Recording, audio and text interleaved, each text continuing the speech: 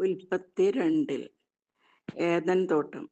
ദൈവമായ കർത്താവ് ആകാശവും ഭൂമിയും സൃഷ്ടിച്ച നാളിൽ ഭൂമിയിൽ പുല്ലോ ചെടിയോ മുളച്ചിരുന്നില്ല.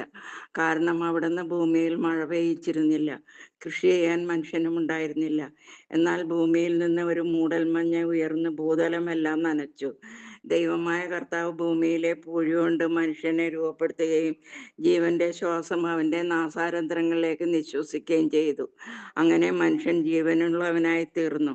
അവിടുന്ന് കിഴക്ക് ഏദനിൽ ഒരു തോട്ടമുണ്ടാക്കി താൻ രൂപം കൊടുത്ത മനുഷ്യനെ അവിടെ താമസിപ്പിച്ചു.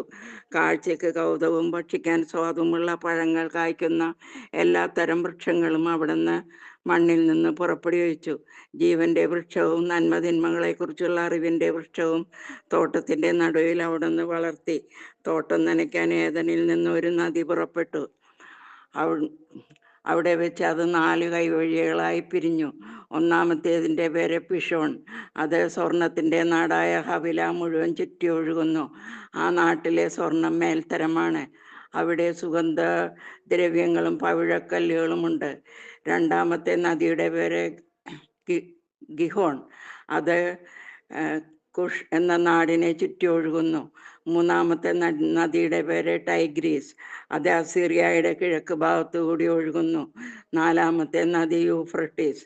ഏദൻ തോട്ടം കൃഷി ചെയ്യാനും സംരക്ഷിക്കാനും ദൈവമായ കർത്താവ് മനുഷ്യനെ അവിടെയാക്കി. അവിടുന്ന് അവനോട് കൽപ്പിച്ചു, തോട്ടത്തിലെ എല്ലാ വൃക്ഷങ്ങളുടെയും ഫലം ഭക്ഷിച്ചു കൊള്ളുക. എന്നാൽ നന്മതിന്മകളെക്കുറിച്ചുള്ള അറിവിൻ്റെ വൃക്ഷത്തിലെ ഫലം നീ തിന്നരുത്.